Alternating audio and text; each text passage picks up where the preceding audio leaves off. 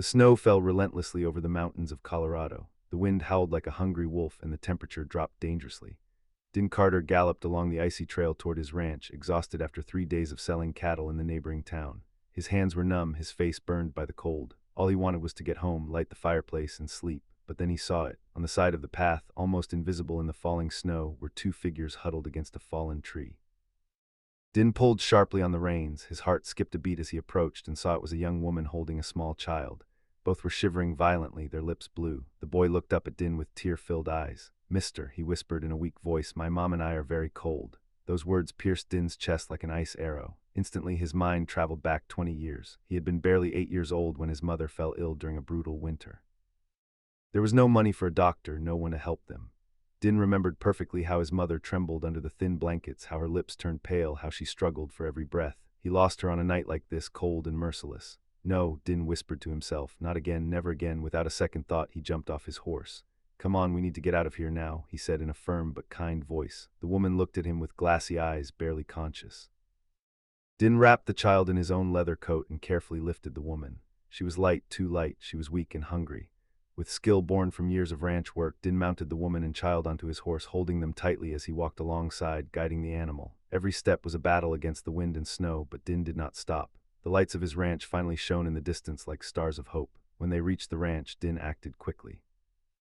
He carried the woman and child directly into the house and sat the boy near the fireplace, which still held a few embers. With expert hands, he stoked the fire until the flames roared strongly. Then he ran to get every blanket he had, wrapping them like cocoons. The child stopped shivering first. His cheeks regained some color. "Thank you, mister," he said softly. "My name is Noah." "I'm Din," he replied with a warm smile. "And you're going to be okay, boy. You both are going to be okay." The woman slowly opened her eyes. They were hazel, beautiful, but full of sadness and exhaustion. "Lily," she whispered. "My name is Lily Morrison." Tears began to roll down her cheeks. "Forgive us for the trouble. We had nowhere to go." Din knelt before her. His expression was serious but compassionate. "There's nothing to forgive. No one should be outside on a night like this." Lily began to speak in a broken voice. Her husband had died 6 months earlier in a mining accident. With no money, no family, she had lost her small home. She had heard there were job opportunities in the northern town, so she took what little she had and started walking with Noah. But the storm arrived earlier than expected, fiercer than she imagined. "We walked for hours," Lily said, hugging Noah. I thought we wouldn't make it."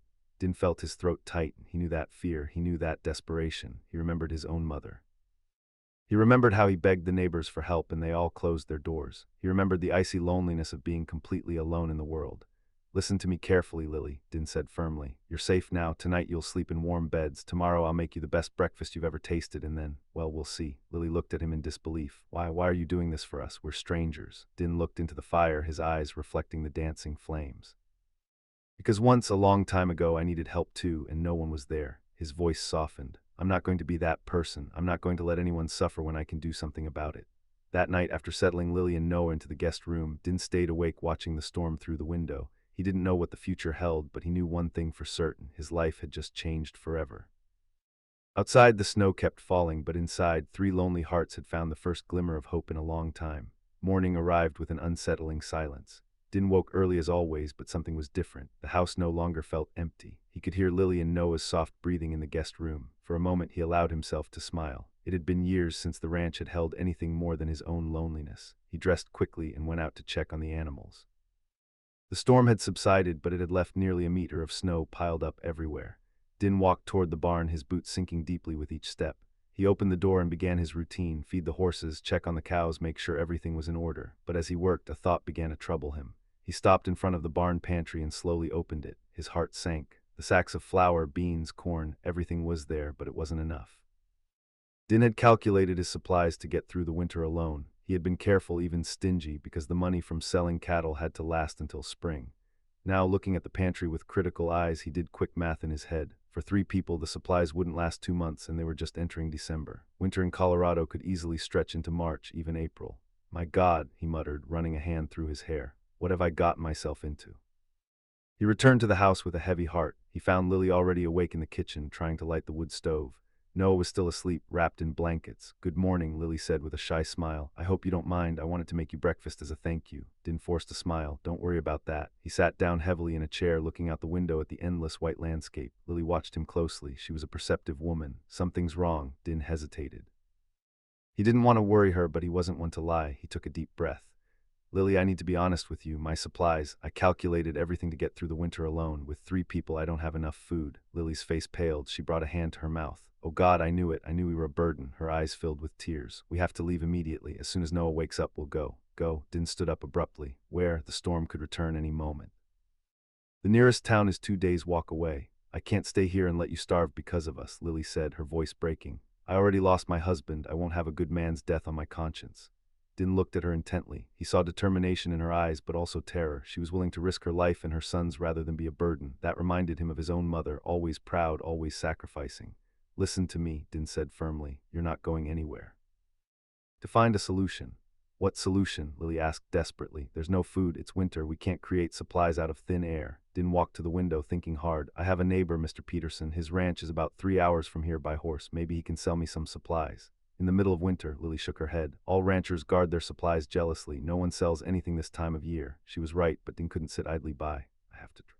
I'll leave right now. It's too dangerous, Lily protested. What if another storm comes? It's a risk I have to take, Din replied, already putting on his thick coat. Lily stopped him, placing a hand on his arm. Din, you barely know us. Why are you risking so much for us? Din looked her directly in the eyes. For a moment, he considered telling her everything about his mother, about that terrible winter, about the guilt he had carried for years for not being able to save her.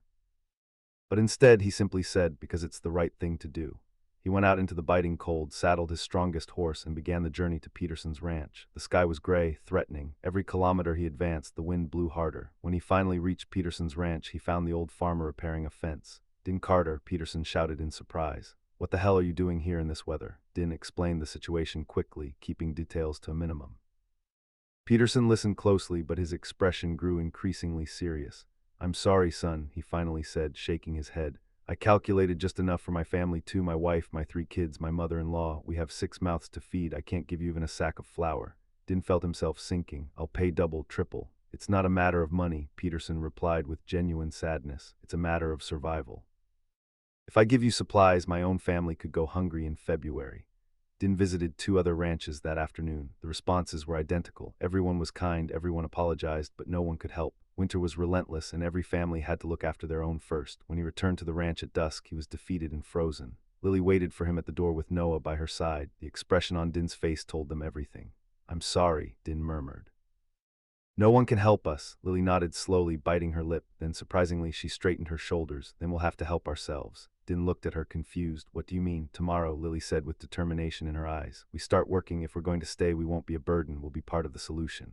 The following days passed in a frenzy of work. Lily turned out to be much stronger than Din had imagined. Every morning she rose before dawn. She prepared a simple but nutritious breakfast and then went out to help with the ranch chores. Noah, despite his young age, also contributed by feeding the chickens and collecting the eggs. Din taught them to ration food carefully. Every portion was measured, every crumb used. It wasn't easy, but at least they had a plan to survive until spring. One afternoon, while Din was repairing the barn roof, Lily came to him with a proposal. I've seen wild plants near the creek, she said enthusiastically. Edible roots we can use for soups, and if we melt snow, I can make pine infusions that will give us vitamins. Din was impressed. How do you know all that? My grandmother was Apache, Lily explained proudly. She taught me to survive with what the land gives us.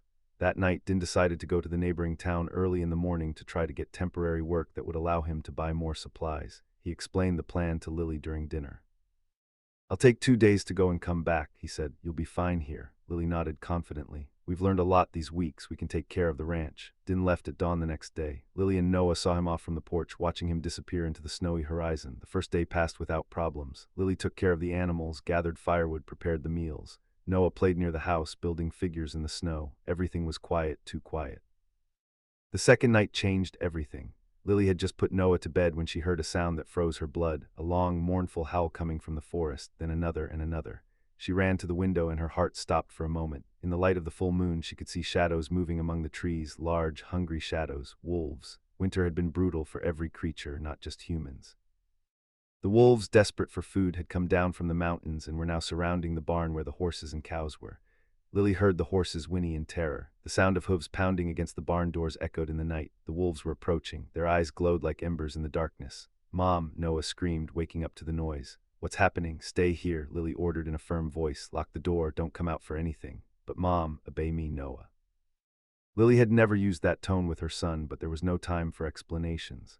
Lily knew that if the wolves killed the horses and cows, they would all die. Without the animals, they couldn't survive the winter. There was no choice. She had to do something. With trembling hands, she took the rifle that Din kept above the fireplace. She had never fired a gun in her life, but she had seen her late husband do it hundreds of times.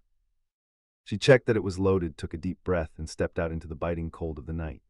The night air burned her lungs. She could see her breath forming white clouds in front of her. The howls were louder, closer now. She counted at least 5 or 6 wolves surrounding the barn. The pack leader, a huge gray wolf, was scratching at the barn door furiously. The horses inside were panicking with fear. Lily raised the rifle with shaking hands. "Get back," she shouted with all the strength she could muster. "Get away from here." The wolves turned toward her. Their eyes assessed her, calculating whether she was a threat or easier prey. The gray wolf took a step toward her, then another. Lily aimed at the ground in front of the wolf and pulled the trigger. The rifle's recoil nearly knocked her to the ground, but the shot echoed like thunder in the silent night. Snow exploded in front of the lead wolf. The animal stepped back, surprised but not scared. The other wolves began to disperse, circling her. "God help me," Lily whispered, reloading the rifle with fingers clumsy from cold and fear. From the house, Noah watched in terror through the window. He saw his mother, small and alone, facing the hungry beasts. Tears ran down his cheeks. Lily fired again, this time closer to the lead wolf. The animal growled, baring its fangs, but something in the determination of this small human woman made it hesitate. For what seemed like an eternity, Lily and the wolf stared at each other. She couldn't show fear, couldn't back down. If she did, they would attack. Then she had an idea. She ran toward the barn, keeping the rifle aimed at the wolves. With her free hand, she grabbed a torch that Din kept there for emergencies. She quickly lit it with the matches in her pocket. The fire roared to life. Lily waved the torch at the wolves, advancing toward them with a courage she didn't know she possessed. The wolves, instinctively afraid of fire, began to retreat. Lily screamed, waved the torch, fired into the air. She was a woman possessed by the desperate need to protect the only thing they had left to survive. The pack leader howled one last time, a mix of frustration and hunger. Then slowly he turned around. The other wolves followed, disappearing among the trees like gray ghosts. Lily held the torch high until the last wolf was gone. Only then did her legs give way. She fell to her knees in the snow, the rifle falling beside her, the torch still burning in her hand. Noah ran out of the house and threw himself into his mother's arms. "Mom, you were so brave." Lily hugged him tightly, trembling from head to toe. "I had to be, honey. I had to protect us." That night neither of them slept. Lily kept the fire burning in the fireplace, the rifle at her side. Every shadow, every sound put her on alert. When Din returned the next day, he found Lily sitting on the porch, exhausted but steady. Traces of the battle were everywhere, wolf tracks in the snow, bullet casings, scorch marks from the torch. "What happened here?" Din asked, alarmed. Lily looked at him with tired but determined eyes. "Wolves came, I stopped them." Din looked at the evidence, then at this delicate woman who had faced a pack of hungry wolves alone. His respect for her grew immensely. "You saved the ranch," he said quietly. "I saved our future," Lily corrected. Din couldn't take his eyes off Lily as she told him every detail of that terrifying night. The way she had faced the wolves, how she had protected the barn, how she had remained calm when everything seemed lost. This woman was not just brave, she was extraordinary. "Let's check the barn together," Din said with concern. The wolves might have damaged something. They walked together toward the wooden building. Indeed, the main door had deep scratches. The hinges were loose, and one of the side boards had splintered. Horses were still nervous, moving restlessly in their stalls. "This needs immediate repair," Din observed, touching the damaged wood. "If the wolves come back and find the barn weakened, they'll get in without a problem." "Then we'll repair it," Lily said with determination. Din smiled slightly. "Do you know how to use a hammer?" "I learned many things after becoming a widow," Lily replied, "and what I don't know I can learn." For the next 3 days, Din and Lily worked side by side repairing the barn. Noah handed them tools, nails, and wood. Despite the intense cold, they worked from dawn until dusk. Din was amazed by Lily's resilience. She didn't complain about the cold or the fatigue or her hands blistered from the hammer. When Din suggested she rest, she simply shook her head and kept working. One afternoon, while Din held a board in place and Lily hammered the nails, their hands accidentally touched. They both stopped. Their eyes met, and for a moment the world stopped. Din felt something he hadn't felt in years, a warmth in his chest that had nothing to do with physical labor.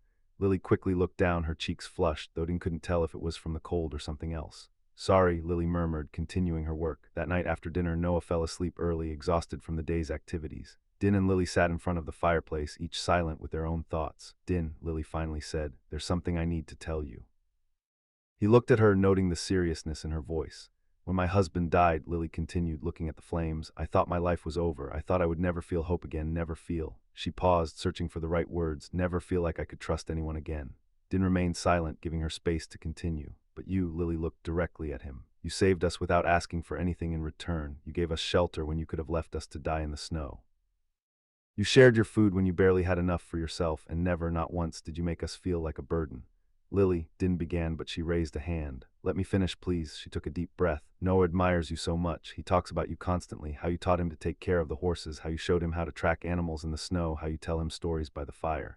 Din felt a lump in his throat. He's a good boy. It's easy to love him.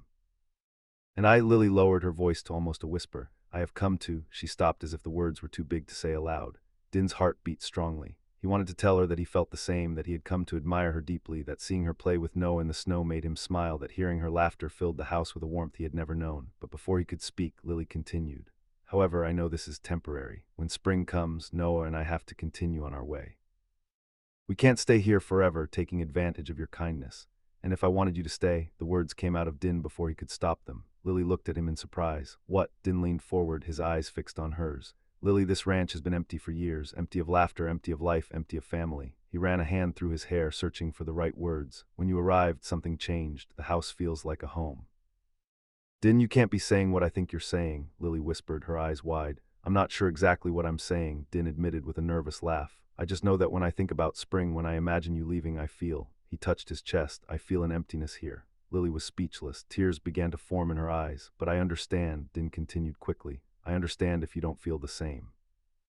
I understand if you only see me as someone who gave you temporary shelter. I just, no, Lily interrupted, wiping her tears. It's not that, it's that I'm scared, Din, scared to trust again, scared to lose again. Din slowly extended his hand. Lily looked at it for a long moment before placing her hand in his, their fingers intertwined, fitting perfectly. I'm scared too, Din confessed. I lost my mother when I was a child. My father left when I was 16. He just got on his horse one day and never came back. I've been alone so long I forgot what it feels like to have someone.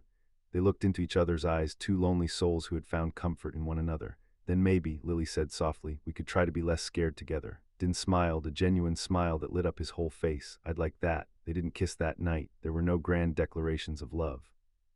But as they sat together, hands intertwined, watching the crackling fire, they both felt something precious beginning to grow between them. Outside, the snow fell softly, covering the world in a pure white blanket. The wolves did not return that night. The ranch was at peace.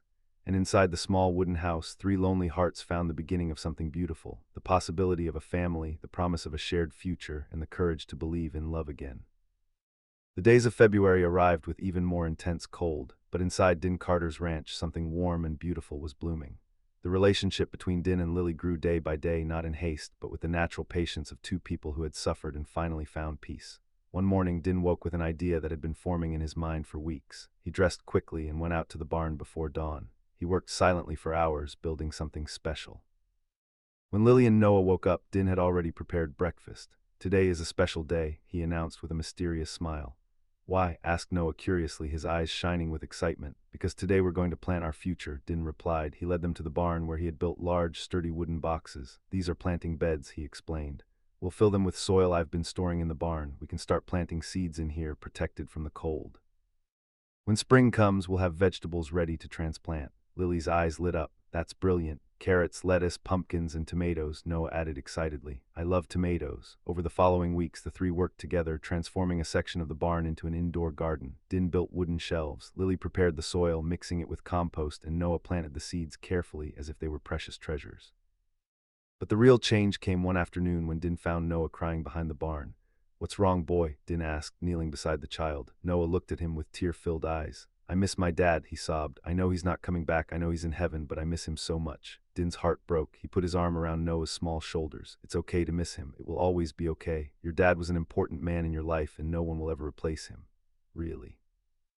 Noah asked, wiping his eyes. Really, Din confirmed firmly. But you know what? Love isn't something limited. You can love your dad and keep him always in your heart and still have room for more love. You don't have to forget him to let new people in. Noah looked at him thoughtfully. Like you, Din felt his throat tight. If you want, I would really like to be part of your life, Noah, not as a replacement for your dad, but as someone who also cares for you and loves you. The child threw himself into Din's arms, hugging him tightly. I really like you, Din. You make me feel safe. That night, after putting Noah to bed, Din found Lily on the porch looking at the stars. The snow had temporarily ceased, and the sky was clear, filled with thousands of bright points of light. Can I sit with you? Din asked. Lily made room for him on the bench. They sat in comfortable silence for several minutes until Din gathered the courage to say what he had been thinking for days. Lily, I've been alone for a long time, he began. I got used to the solitude. I thought that's how my life would be forever, waking up alone, working alone, sleeping alone. He paused. But now that I've met you and Noah, I can't imagine going back to that life.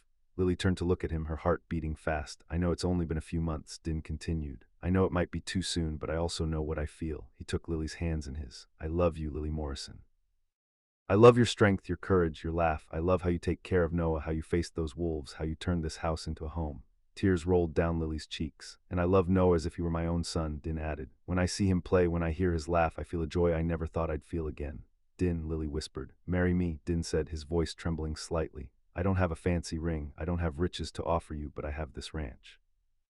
I have 2 strong arms to work, and I have a heart full of love for you and Noah. Lily sobbed, covering her mouth with her hand. Are you sure? We're 2 more people than you planned for. We're complicated. We come with scars and past pain.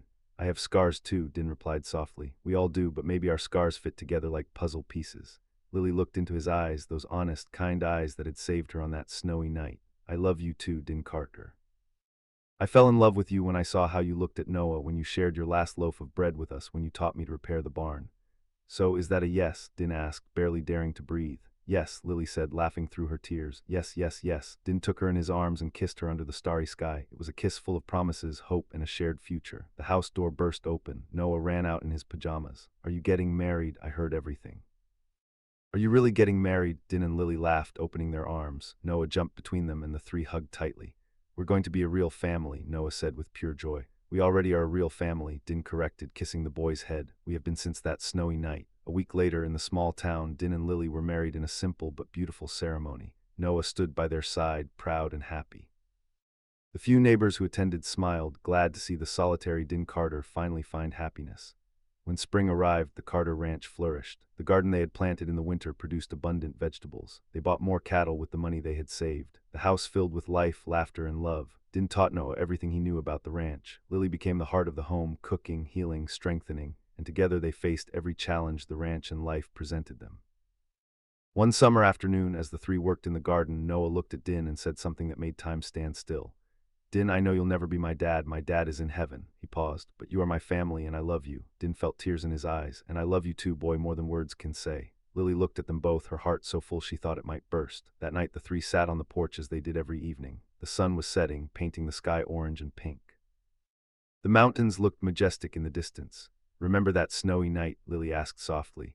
When you said you were very cold, Din recalled, smiling at Noah. We're not cold anymore, Noah said wisely. Now we're warm all the time, and he was right. The cold of winter, the loneliness, the fear, all of it was behind them. In its place was love, family, and home. Din took Lily's hand, and she placed her other hand on Noah's head. The 3 watched the sunset together, a family forged not by blood, but by love, sacrifice, and the willingness to believe in new beginnings.